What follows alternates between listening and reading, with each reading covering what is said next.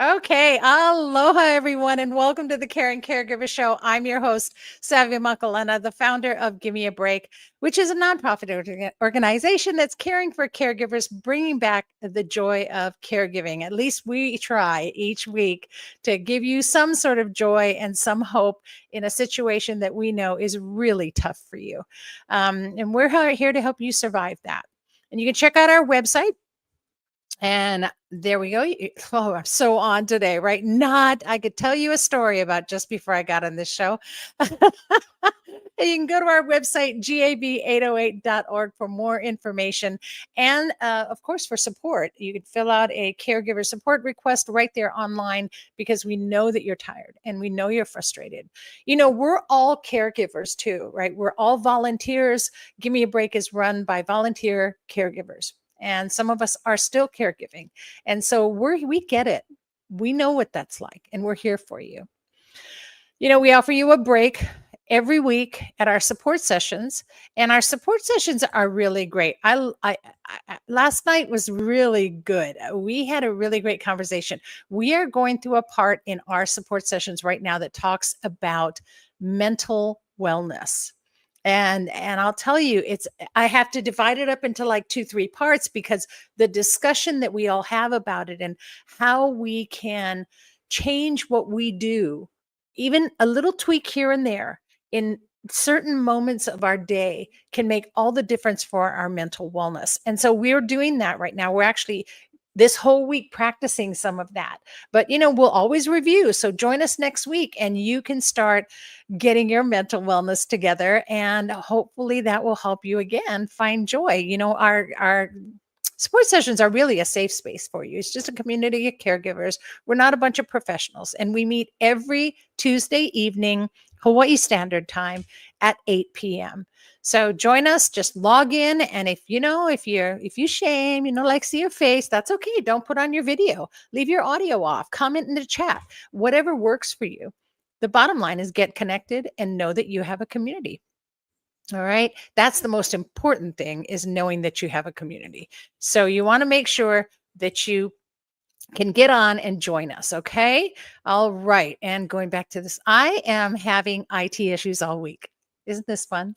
It's been a real adjustment. And I'll tell you, when you throw one more thing onto a caregiver, we got to make an adjustment. So I'm on my good old laptop, and this takes me back, 5 years ago. And well, 3 years. This was actually 4 years ago when we started the Caring Caregiver Show. 5 years ago when we started Give Me a Break, and I was working off of a laptop. And I'll tell you, I got the big screens now, and going back down to the small screens, this has been a whole adjustment. But wow, what a wonderful opportunity to have served all of the caregivers and to be able to share the resources that we have with you. And one of the most wonderful things I have to share with you today is my co-host. And my co-host today is the dementia doula and the Give Me a Break Caregiver of the Year. So please welcome Shawnee Kanjura. Aloha and welcome. Aloha, Savi. Aloha, everybody. It's beautiful to How be here. are you? Oh, I'm so happy to have you here. I'm so sorry about your cold or your throat there. I know, and you're still here, right? We're such troopers as caregivers. It never stops, right? It doesn't ever stop. I know. So thank you for that, and thank you for spending your time with us today and sharing with caregivers. But we have so much to do. We have so much to talk about. I want to get moving and go on to our first guest right off the bat. Yes. And we'll get caught up later in the show. Actually, we have 2 guests today, so we are gonna fly. And I apologize to everyone. We started a little late today, but that's on me. Again, IT issues. I sent everybody the wrong link, and they were all on another show. So I pulled them back off, and here they are to share with us today. Right? Imperfections are the funniest things in life. And let me get through the props. So the Caring Caregiver Show, of course, is brought to you by Givers Guides. And Givers Guides is a caregiver's guide to caregiving. It's written for caregivers by caregivers with a caregiver's point of view. And this month is all about nutrition. So it's National Nutrition Month. So I want you all to keep that in mind. And also this past Monday was National Caregiver Appreciation Day. So I'd like everybody to just take their hand right now, put it on your shoulder, and I want you to tap it and say, add a caregiver, add a caregiver. And give yourself a really, yep, give yourself a really big pat on the back because you deserve it, and show appreciation to yourself. All right. So we're just going to skip through really quick. And I want to bring on Shirin, who's going to be able to do us our meditative moment as we get moving along and get caught up on some time, and not to waste all of yours because I know it's precious. So welcome, Shirin. How are you? Thank you. Aloha. Aloha. Great. Thank you for having me. Oh, we're so excited. And again, another one who had to kind of jump in today. You're working and you made your wonderful area to share this mindful moment just with us. So thank you so much for that, Shirin. We'll turn it over to you. My pleasure. It's my pleasure to be here. So as a caregiver, we pour so much of ourselves into other people, and we hold space for their needs, their emotions, their well-being. And we often put our own needs on the back burner, right?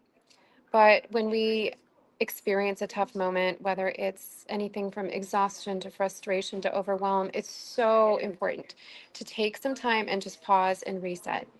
If you don't take the time to regulate your emotions and release tension and restore your energy, stress really builds up, and it impacts our ability to show up really for ourselves and for others that we're caring for. So just taking a few minutes every single day to breathe and center and release allows us to return to caregiving with more patience, more clarity, and more emotional resilience. So remember, caring for yourself isn't selfish. I think sometimes we think that it is, but it's not. It's essential for us to continue caring for others. We have to care for ourselves, we have to pour into ourselves. So I would just really like to start by pausing with anything that has happened in your day. We're just going to take a pause now. So maybe it was a stressful interaction. Maybe it was a moment of frustration or an overwhelming task or something you just get really irritated by. Let's just take a moment right now together and let's recognize it. No judgment, no trying to fix it.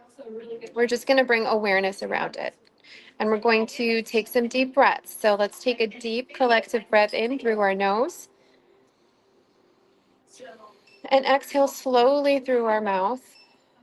And silently now, I want you to name how you're feeling. So is that frustrated? Is it stressed? Is it drained? Is it overwhelmed? Whatever it is, let it just be there for this moment. And there's no need to push it away, because when we push away our feelings, we actually trap them. So we just want to acknowledge what we're feeling and notice it like a cloud just passing by in the sky. And now I want you to bring your awareness to your body. And notice if you're holding any tension. So maybe your shoulders are tight, right? Or your jaw or your hands are stiff. Just notice this. Notice where you're holding tension. And take another deep breath in. And as you exhale, imagine that tension just melting away. I want you to feel your body just soften. And if you can place both feet flat on the ground, I want you to imagine roots growing from the soles of your feet, anchoring you deep into the earth. And feel the steady, grounding energy beneath you, holding and supporting you in this moment. Now, I want to collectively use our breath to help us release and reset even deeper. So let's take another deep breath in through your nose. Excuse me, filling your lungs completely. As you exhale, I want you to imagine all the tension and all the heaviness just melting away, like mist dissolving into the air. And let's take another deep breath in. Inhale deeply, allowing fresh, cleansing energy to fill your body. And exhale slowly, releasing the stress, the frustration, or anything weighing you down. Now let's try a simple breath visualization with this, okay? So this is going to provide a deeper release. On your next inhale, I want you to imagine a soft golden light, a light filled with calm, clarity, and renewal, and let it expand through your chest. Visualize it filling every single cell with warmth. And as you exhale, picture a dark cloud or a heavy smoke leaving your body, carrying the stress away, carrying the frustration or tension that you no longer need away from you. We're going to do this for a few breaths together. So inhale, golden light filling you with peace. Exhale, release all that's ready to be let go of. Again, inhale. Inhale deeply, feeling lighter and more open. And exhale, letting go of any tightness in your body and in your mind.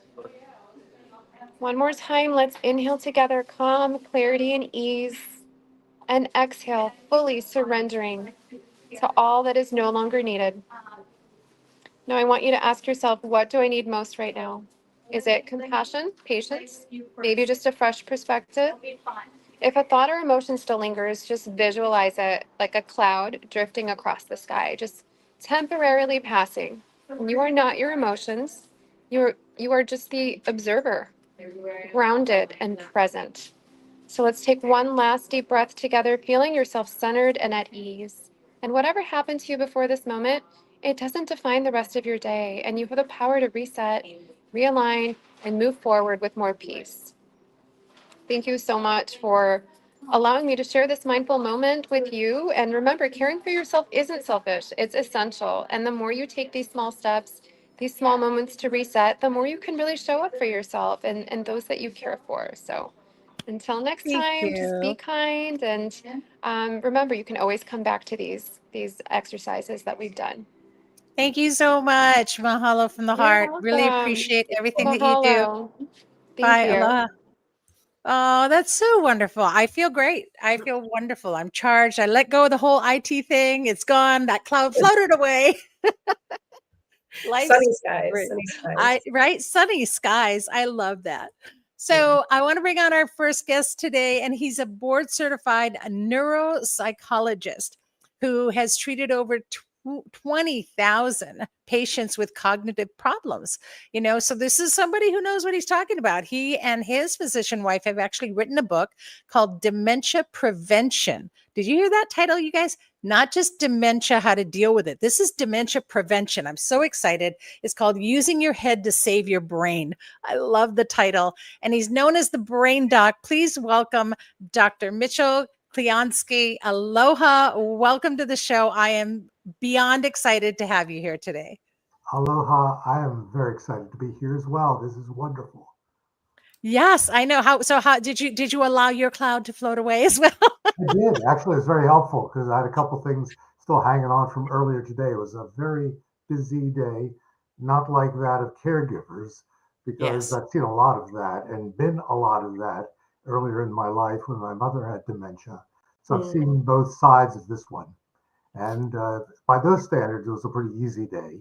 But still, Yeah. everybody needs a time to just sort of chill out for a couple minutes and reset. So I really appreciated what Sharon talked about. Yeah, she's great. I really appreciate her. And I know one of the first things I always ask every one of my guests is to share your caregiving journey. And you had mentioned your mother, so you helped care for her. Yes, when I spent my 50th birthday in a psychiatric unit with my mom, who had just been diagnosed with what later turned out to be vascular dementia. And she ended up living about 7 years beyond that point and had a very traditional kind of decline over time, but slowed down by medications, by good caregiving, not so much by me. She was in assisted living. She got really excellent care from a number of skilled caregivers. But I spent a lot of time with her in ways that I never expected to, as I'm sure many of your listeners and viewers will also say, I didn't think it was going to quite end up like this. Yeah. And it certainly is a reversal of roles and a real change in how people deal with each other. Yeah, we were just talking about that last night in our support session, and we were talking about how we never in a million years would have seen ourselves having to sort of be the parent to our parent, right? Mm-hmm. And they become so childlike, and it's so hard to adjust to that and watch that, And yeah, it was a pretty heavy discussion, and you just in a million years you would never ever think that you'll find yourself here. And I don't know. I mean, is it that there's just more is the brain really deteriorating so much so as we go on through generations that, dementia related diseases are easily happening within the brain, or Not really. What's happening is people are living longer. So dementia is a disease primarily of aging. The percentages, the likelihood that you'll have a problem with thinking increases, doubles between age 65 and 75, and doubles again at age 85. Now it sort of stabilizes at that point because what's happening is a number of the people with dementia are dying. And so the percentages actually don't go up at that point. But up to that point, you're talking about 10 to 12% at age 65, about 20 to 25% at age 75. And if you're lucky enough to live to your mid 80s, you actually have about a 40% risk of having dementia. So that's why for us, the real issue is marshaling everything that we can possibly do to Right. identify what our personal risk factors are. And there are a number of them, trying to change those risk factors as much as humanly possible, because the research tells us that up to 50% of dementias, 1 in 2 dementias, can be prevented. So when you approach it from that direction, the question is not should I, but when should I begin taking a look at myself, yeah. identifying what the problems are, and making changes. Yep. So how do you when do you start? And this is why I love that you actually wrote this book. And I feel everyone needs to have this book and read this book, and it should be required in high school. But when do you think is a I'm 66. Mhm. And it can be generational, right? My grandmother, Lewy body dementia, passed. My mother, Lewy body dementia, final stage. Am I too late? Nope, never too late. As we say, it's never too late and it's never too early. So it's really an intergenerational kind of approach that we take. Some of the things depend on the stage of life. For example, if you're young, getting more education makes a difference in your risk of dementia later on in life. While it's important in your 60s and 70s to keep learning, to keep doing, to keep very active, it doesn't have quite as strong a role to play as it does when you're younger. And the question is, do I leave school after high school? Do I go to community college? Do I get a bachelor's degree? How far can I go? How many Right. times can I sort of remold my brain?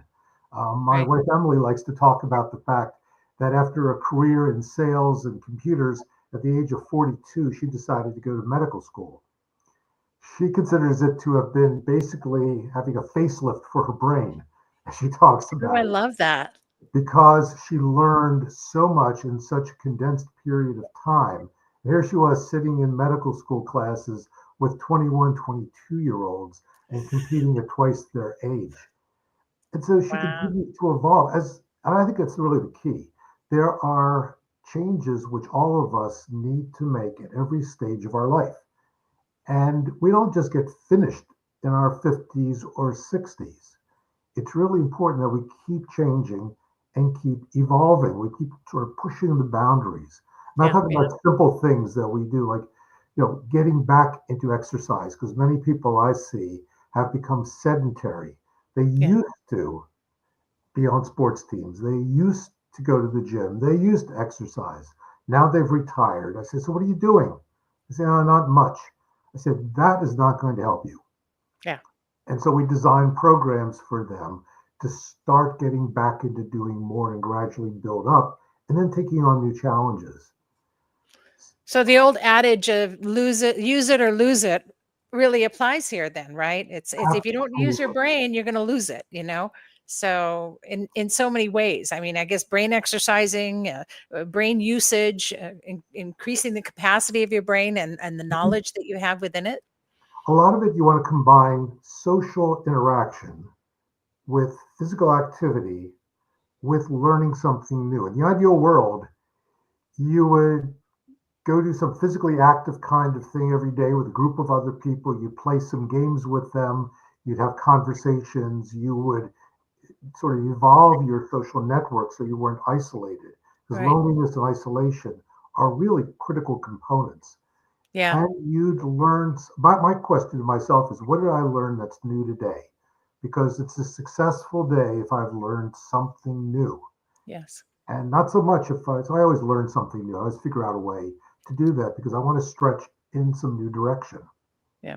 Well, I feel like, it's also that social isolation. It's par for the course where caregivers start isolating. And so, you almost have to fight that, right? That's part of the Mhm. wellness that you need to practice. And you need to kind of get out of your isolation, allowing yourself to embrace your survival and your brain health at that point too, right? Not only is it important for you, but it's important for the person you're caring for. One of the things that I used to do with my mom that I teach my patients to do is I would go over and visit her a couple times a week in assisted living. We discovered very early on, by the way, that we would kill each other if we lived in the same house. So that was very important knowledge. She was good with that. I was really good with that. It was a sandwich generation. I had young kids, and she understood that, and that was okay. I But love I that. would go over twice a week, and for, as nice as it was, there wasn't so much to talk about. And even though we were living in different communities than I had grown up in with her, I would say, "Look, we're going out today." So I'd go over to the assisted living. I'd throw her in the car. She'd walk to the car at one point. She was in a wheelchair toward the latter parts. And we would go into what I called errand therapy. I had Yeah. a list of errands I needed to run: dry cleaning, drugstore, grocery store, coffee. We always stopped for coffee because she loved coffee. And we'd go around, listen to the radio, even when she was unable to talk toward the end. She enjoyed listening to music. I would sing to her. She could tolerate that. I figured it was really going to stretch her mind. And we would go and I would reminisce and tell her stories about this place or that place and what I thought about when we grew up and the things we used to do together. And I really believe that it made a difference. I know it got her out of a situation that had become rather small to her. And for me, it was a way of spending quality time without trying to think of what am I going to talk about now. Yeah. Yeah. Yeah. That's so important. Just Yes. finding a quality, genuine way to interact with the person you're taking care of. It doesn't have to be this frilly, very specific activity that's just for dementia. It's just bring them into your life, do something that's valuable to you, and they will benefit. I totally Mhm. agree. Yeah, I love that. I love that. I'm looking at our time, and I think we could probably do an hour show with you just because, and it is such a hot subject right now because I think every person I know is in some way dealing with some sort of form of dementia or even which is stroke as well, and in somebody that they're caring for. And I just feel like this is such an important discussion. I'll have to have you back on many, many, many more times, Doc. But in the meantime, folks, get the book, Dementia Prevention: Using Your Head to Save Your Brain. And you can just go to braindoc.com and get the information. Any last thoughts before we move on? Yes, when you go up to braindoc.com, think about taking our dementia prevention checklist That's right. online. Generate your own dementia prevention plan by answering 20 questions.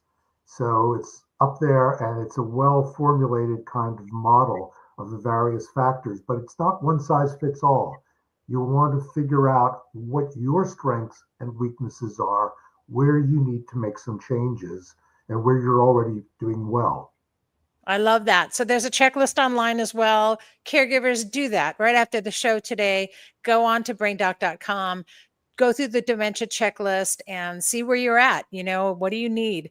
But they can contact you through the website as well. And I cannot express to you my thanks for coming and sharing with us on the show. And I do look forward to bringing you on again and again to talk about something so important for all of us, not just the ones we're caring for, but also for us. Because as caregivers, we're starting to isolate and we're Mhm. just setting a pattern for our future that we need to break. So thank you for that. I really appreciate your time today, Mitch. So thank you and aloha. Aloha, my pleasure.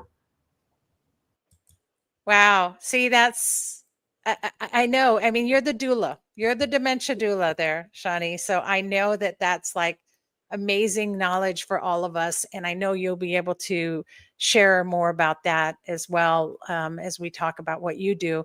But boy, I'm sometimes I'm terrified, Yeah. and I get forgetful, and so I overcompensate by being double, triple, I go at something really carefully. I make 3 times the checklist and I go through my checklist. And so, I think that I definitely want to take that checklist that you've got online, Mitch, and go through that as well. I want to look at it for myself. So what great, Clients, definitely. yeah, great information. Great information. Good. Okay. Well, wonderful. Wow. We're just moving right along today. I love this.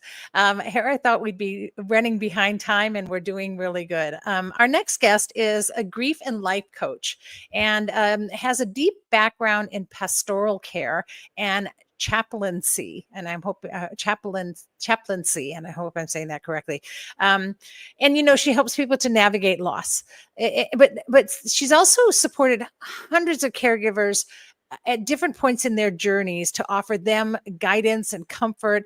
And just sometimes that, they say this all the time. Caregivers tell me, I just want someone who'll listen. Right. And so she calls it a compassionate presence.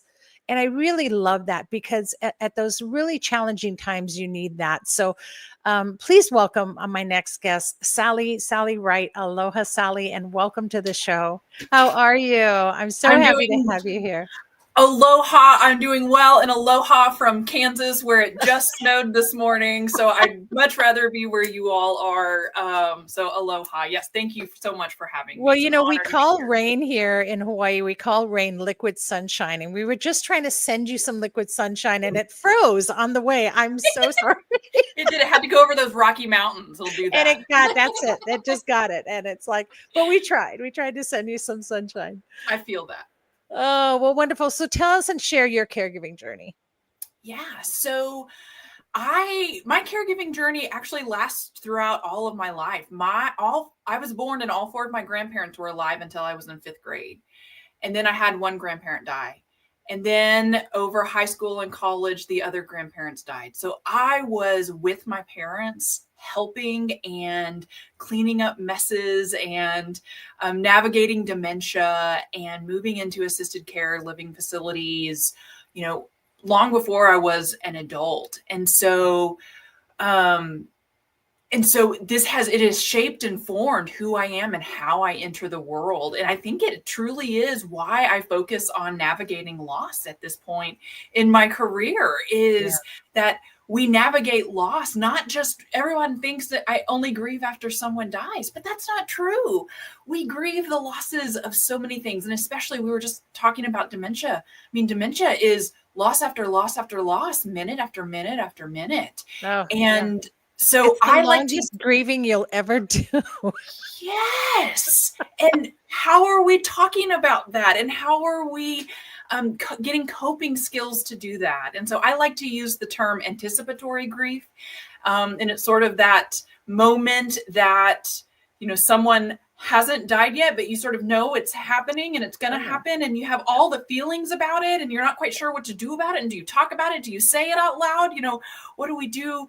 And just that moment of having someone see you and say, I hear you. I know you are wondering these questions. Let's talk about them. So that's a lot of what I do, both before someone the loved one has died, but also after, and even 10 and 15 years afterwards, I encounter people who need to talk and process the grief. So I think that's a lot of what I do. And I think that's a tough thing too, because not only, am I watching my mother pass away slowly, which happens with dementia, and that's sort of a hard thing that we all know you have to deal with. And it's just that constant grief.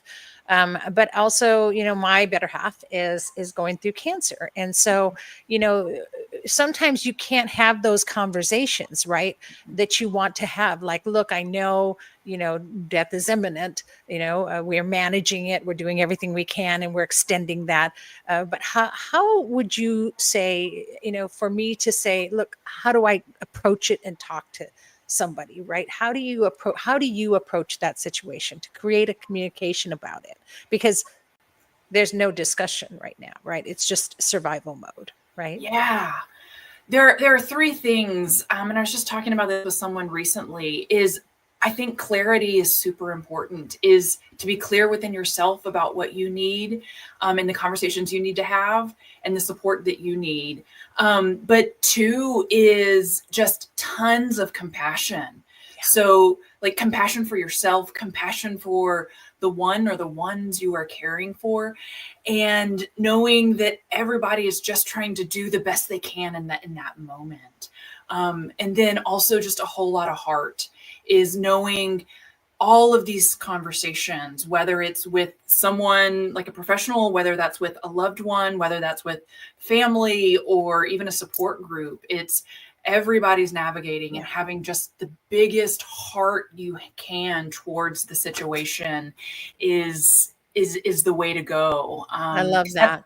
Yeah, that's how I try to approach everyone, no matter when they come to me and when I encounter them, is they're navigating the best they can in the moment that they are. And so the biggest compassion, the biggest heart, and just the biggest, most amount of clarity anyone we can have in anyone. And I love that you said compassion for yourself. Oh, yeah. Because we don't always prepare ourselves. We just sort of go in only wanting, and this is caregiver mentality 101, right? You go in with the mentality that you're going to save this person, that you're going to be there for the person, that you're going to keep them alive, and you don't always think back to reflect on the compassion you need to have for you. Mm-hmm. So I love that you said that. That's a great point.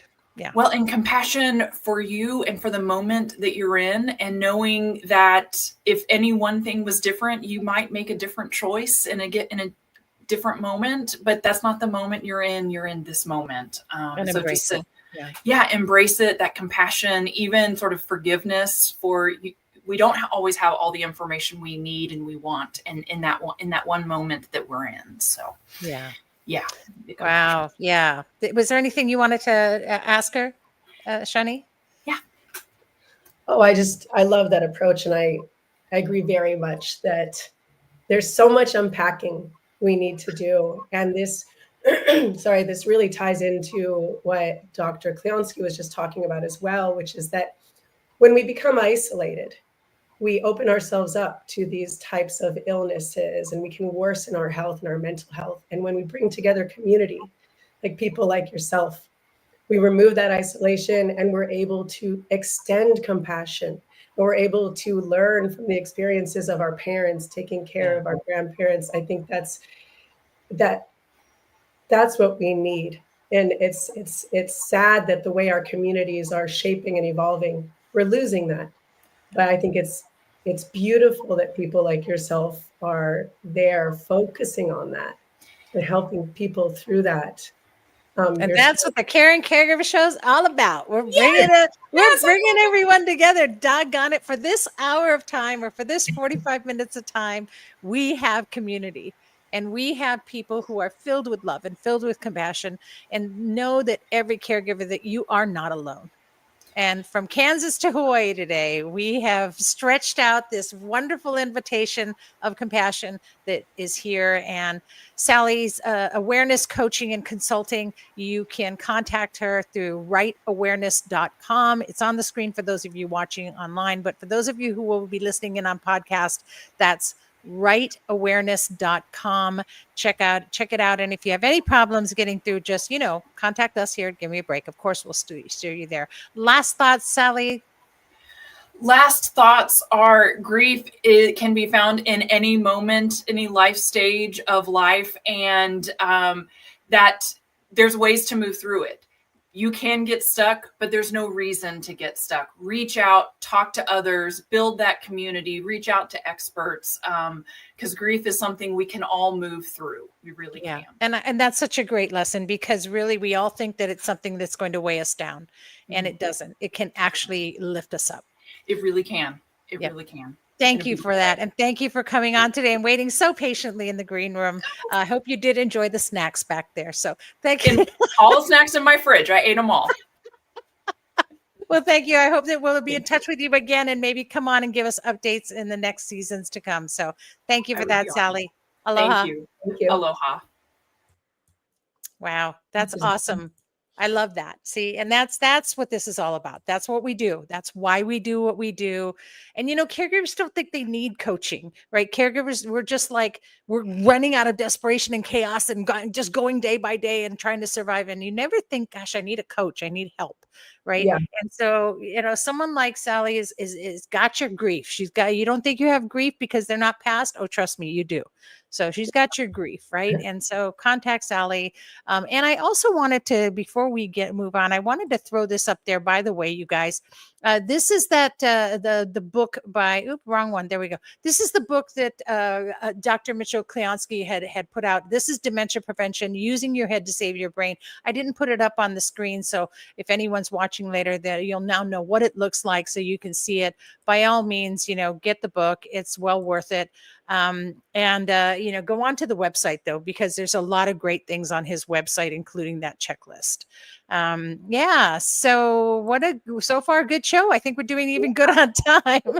And so let's talk about you. Let's talk about, now you've saved your voice just for this, I know, right?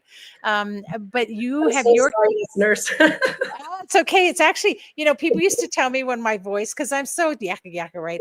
When my voice would get softer, they go, "Oh, we like it. It's very sexy." And I'm like going, "Yeah, whatever." You know. So there Oh, you go. thank You you. can be the sexy dementia doula. So, so yeah, tell us how your caregiving journey and how that got you to where you are today. Sure. So my caregiving journey started in 2016 when my mother was officially diagnosed with mild cognitive impairment, which was the first stage of her Alzheimer's. And I was in my mid 30s at the time. I knew it was coming at some point because my grandmother, her mother, had also passed away from that, but I was still shocked. She was shocked. What ensued was 3 to 4 years of absolute hell. She was scared and sad and depressed and ashamed about what she was going to have happen in her future. I was scared and angry and bitter about what I was having to lose to take care of her. The reversal of roles was really hard to process and accept. It was a really horrible, horrible time. And then at some point, I did let the grief lift me up. And at some point, we were able to start rising. And we had an amazing last few years together. And people that saw us would say, I have never seen a dementia patient look this happy. If I ever get it, or if I ever have to take care of my parents, I hope that, I can learn from you. And it's true. We were just so, so happy. We had genuine joy for those last few years. And so around the time she was passing, more and more people started reaching out to me asking for advice. And I was realizing I was spending hours on the phone sometimes, just coaching people through what they were experiencing with their loved one. And that's when I realized, hey, like there's value in this shared experience. And it's not because I'm a genius. I would love to say I'm the best caregiver in the world. I'm not. It's just because, excuse me, our societies, our communities are falling apart. And so we get isolation. Sally got to watch her parents take care of her grandparents. And I firmly believe that the role reversal that is experienced in dementia is part of society's plan. We are supposed to take care of our parents. They are supposed to become infirm in some way. We are supposed to step into ultimate parenting role because it really teaches us. And it teaches us empathy. When we do it, it teaches us empathy. When we watch people do it. Yeah. So even just people, neighbors nearby, everybody benefited from watching me take care of my mom. And that's how we get people like Sally who are just naturally empathetic and all they want to do is help. Like that's where we get helpers in society. And so that's what I ended up doing is just And I think it was that total change of perspective for you that changed everything, because we go into it as a drudgery. And nobody deals with change really well, especially not chaotic change, right? And so Right. sometimes out of the chaotic change, we go into a resistant mode, right? But Absolutely. your ability to change that perspective and then help others to understand how they can change that perspective can turn that drudgery into a joy. It really And I really believe that because it showed in, and I've seen pictures of you and your mom, and you're both just like lit up. And I think that that's one of the reasons why also your story was the one that I think our judges felt so strongly to make you the caregiver of the year. And it's not because you're special or you're wonderful, but because the joy that you had and showed in caregiving was really something that they then felt in your story. And I think that's what we all need more of. We need more joy. We need more positive reinforcement. And we need to be able to turn our journeys into a more joyous ending, a more happy ending, right? We all want that happy ending. Absolutely. And I never would have, if you had asked me 10 years ago, like I never would have said I'd be a caregiver. I think some people think that, you're either that type of person, and you have to be that type of person to get any value or joy out Yeah. of this. And I'll just say, no, I was not that type of person. I had a difficult experience growing up with my mom, with what we understand about Alzheimer's and how it affects women now. I can now understand that it was probably affecting her in her late 40s, which is when it starts to hit women. Everything starts to make more sense, Yeah. but we had a very strained relationship. So you don't have to be the perfect child or the perfect spouse. You don't have to have been on the best terms with this person. You don't have to be looking forward to this experience, but what you can do is change how you see it, Yeah. change how you think of it, and really you can start to experience at least less Yeah. sadness, And if not. you don't have to do everything right. You don't. It's No. okay to make those mistakes, Yeah. but just stand in a different corner of the room and see things differently, Yeah. and I think that's what can make the journey so much better for so many people who are struggling with it, really. And I know a lot of people who are, I don't know what to do. I'm lost. I can't, and this is when you call the dementia doula, you guys. And this is when you need that compassionate person. Well, we've had three wonderful people on the show today, but really, here, especially in Hawaii, those of you who are looking for that guidance, get a hold of Shawnee and just talk with her. And she's talking out of experience. She's talking out of, and mom is passed, Mom correct? passed away last January. Yeah. That's right. Yes. Mom passed away last January. So again, you've been through the complete journey, even to post, after someone with dementia goes away from you and how you deal with that as well.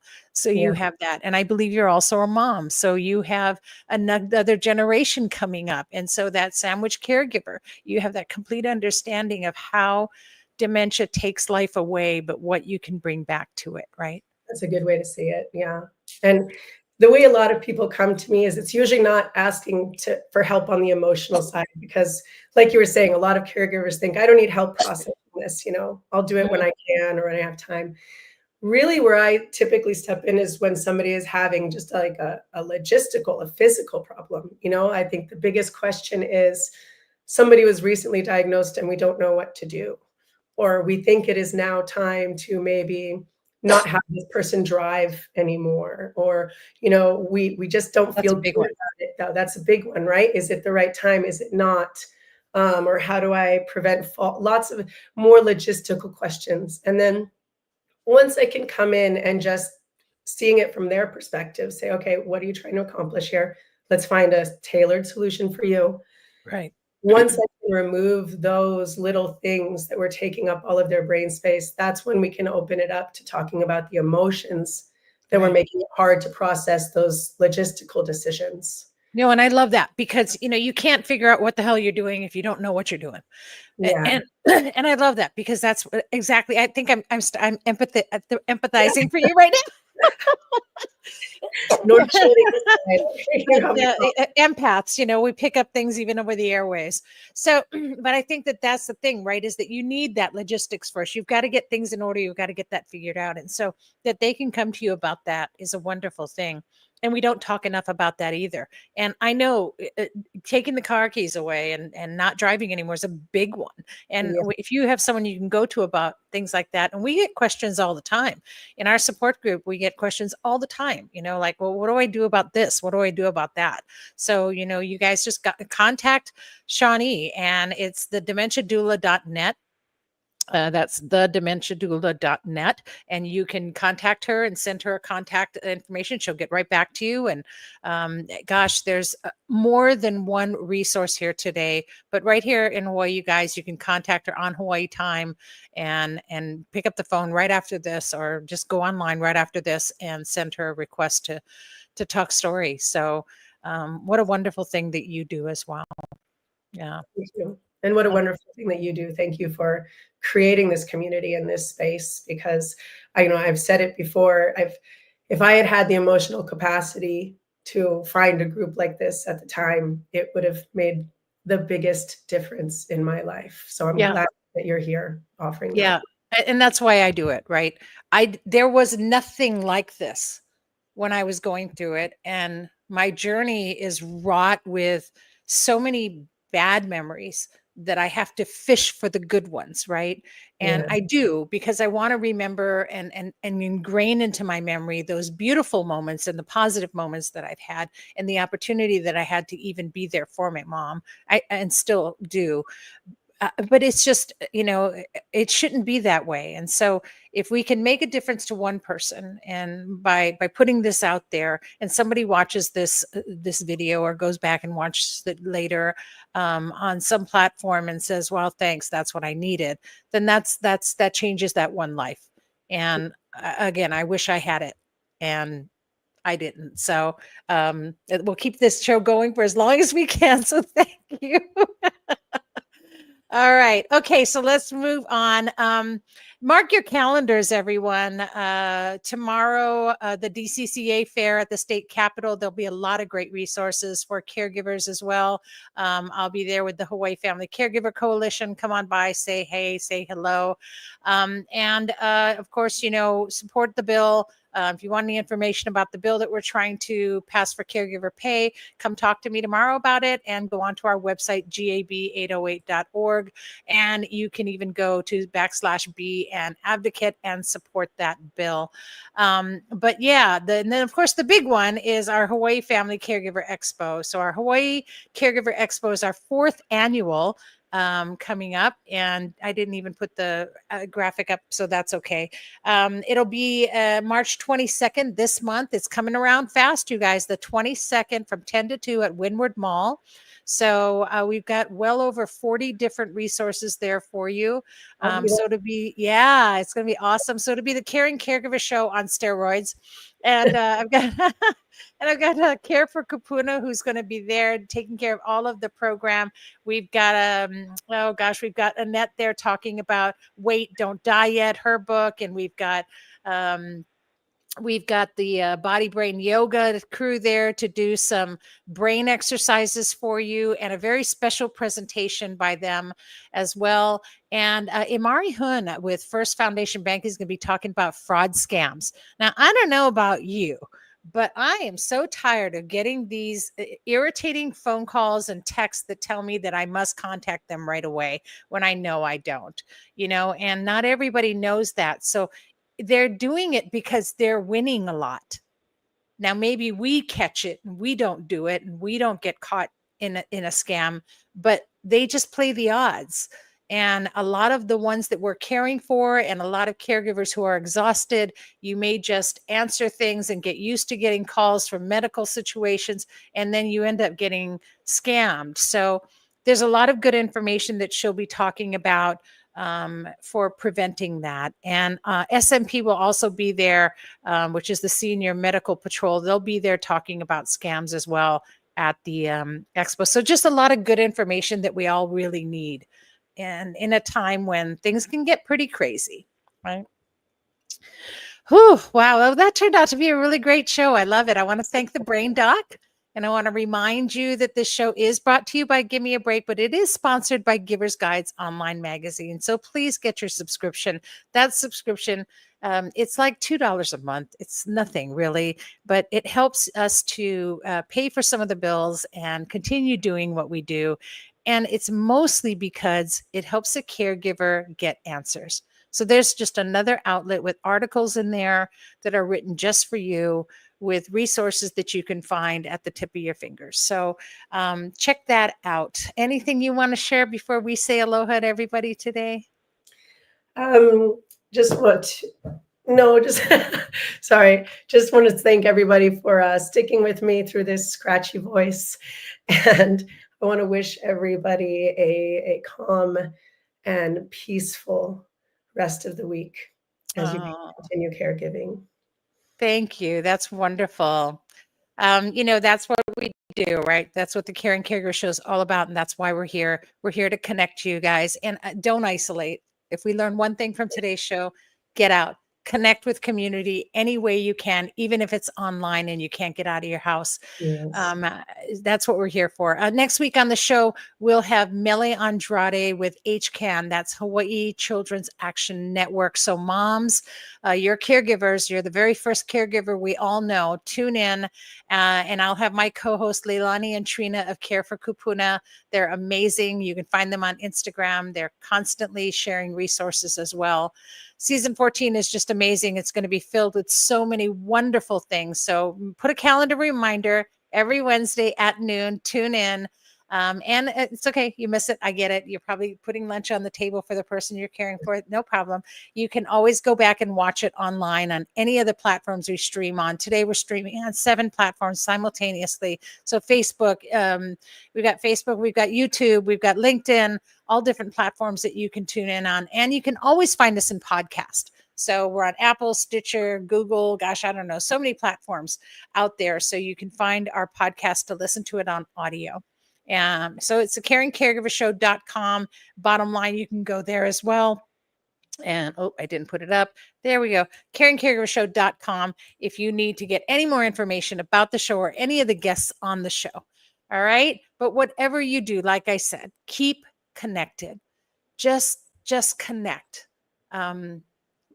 What the doc said was, that isolation, that social isolation is a big contributor to these dementia related diseases. And we don't want to contribute to that anymore. So stay tuned, keep in touch, keep connected. And in the meantime, remember, breathe. Here's hoping you're finding joy every week right here on the Caring Caregiver Show. Thanks for tuning in, and always be kind to yourself and those who are caring. Aloha, everyone. Thank you again, Shani. Thanks for being here with me. Aloha. Bye.